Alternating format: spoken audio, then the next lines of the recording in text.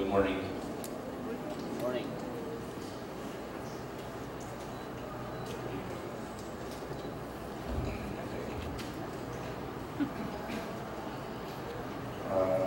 Honorable Marino Morales, Mayor of Mabalacan City, Pampanga. Of course, to our conference director, Dr. Mayra Urines, and Associate Dean of the College of Engineering and Agro-Industrial Technology, Dr. Rex Demaphilis, Chair of the UPLB-Interdisciplinary Center, Interdisciplinary Biofuels Research and Study Center, and Vice Chancellor for Research and Extension, Dr. Director Mario C. Manasigan of the Renewable Energy Management Bureau of the Department of Energy, of course to Ms. Normaline Claudio, Regional Director, Environmental Management Bureau, Region 3, representing Secretary Mon Pahe of the DENR, Ms. Paz Benavides, Sec for Regulation of the Department of Agriculture and concurrent BPI Director, representing our Honorable Secretary Proceso Arcala of the DA, and of course UPLB's pride, our ever-supportive and dynamic Director of the DA Bureau of Agricultural Research, Dr. Nicolas Elizar. Good morning. Yusek Raul Aguilos of DOE, representing the President of the Republic of the Philippines, Benigno Simeon C. Aquino III, conference speakers and sponsors, presidents, vice presidents, CEOs of corporations, members of the academe, government agency, research institutions, financial institutions, distinguished guests, ladies and gentlemen, good morning. Looking at the incredible turnout of this event, we have a good mix of participants from the private sector, the academe, local government units, and government agency, with the key actors in agriculture, environment, and energy sector in attendance. I was wondering, do we still need an inspirational message? Okay, anyways, I prepared a short message for all of us. It is in the mission and vision of the National Biofuels Program of 2012-2030 for the Philippines to take the lead in the development of a competitive biofuels industry, both locally and globally.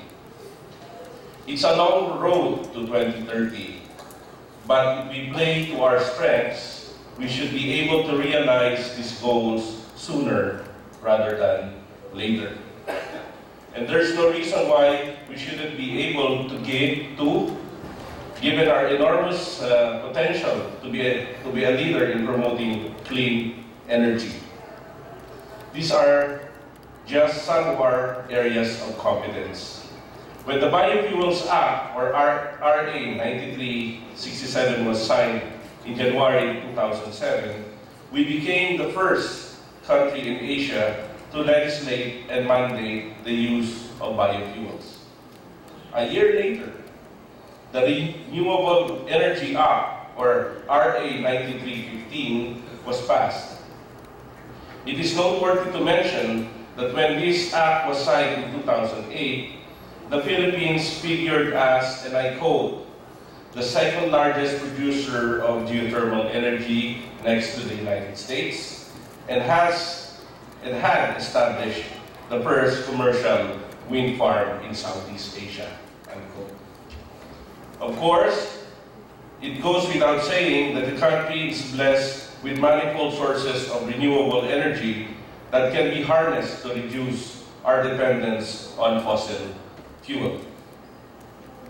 The list goes on, but I guess the issue at hand is this. There is no question we have tremendous potential to be a champion of and leader in renewable energy, particularly bio-based fuels and energy. But how do we capitalize on our strengths, resources, and opportunities to make the most of our potentials? Over the past few years, especially, the growth of and interest in the energy sector have been very promising. I guess this is due in part to the establishment of the feed-in tariff or FIT mechanism, an incentive scheme to encourage investors to support renewable electricity generating technologies. While implementing FIT, it had its shares of hiccups at the start. Things are definitely looking up for this incentive scheme. For one, the application process has been cut in half from 100 days to almost 45 days. Moreover, as of April this year, 14 biomass projects across 7 regions have already been approved under the FIT system. This incentive has, according to the GIZ report, favored the serious players and abandoned those that are not serious about investing. I'm sure we'll get to hear more about the efforts of our partners in the government later on. So let me take this opportunity to let you in on what the University of the Philippines, Los Baños has been doing as far as biomass research is concerned. Some of you might even wonder why UP Los Baños is represented in this conference and where it fits in the bigger picture. First, let me share with you that the university's research, development, and extension program takes its cue from the Philippine Development Plan. And part of our 2014-2017 agenda is to accelerate infrastructure development by optimizing resources and investment in the energy sector. As a globally competitive graduate and research university contributing to national development, UP Los Baños has led in research efforts on biofuels. For instance, the university, in partnership with a number of organizations, has pioneered research on feedstock such as jatropha, sweet sorghum, microalgae, macroalgae, and even lignocellulosic resources like straws. Heeding the mandate of the Philippine government in biomass energy development and utilization, UP Los Baños formed an alternative energy research, development, and extension committee in 2006. And just last year, the university established its Interdisciplinary Biofuels Research Study Center, through which UP Los Baños will be in the forefront, working for the advancement of emerging biofuels industry in the country. One of the reasons this center was established is to strengthen linkages among academic research institutions, government agencies, industries, and private sectors through interdisciplinary exchange of information. This conference, in particular, brings together a multi-sectoral and international pool of participants to address the sustainability of biomass in the country.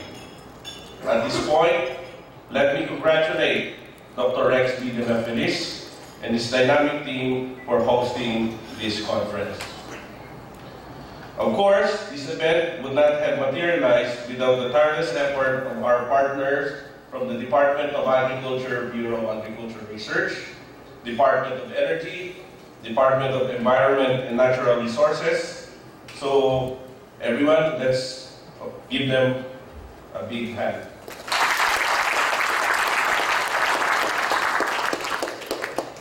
To end with, the Philippines boasts extraordinary potential when it comes to biomass.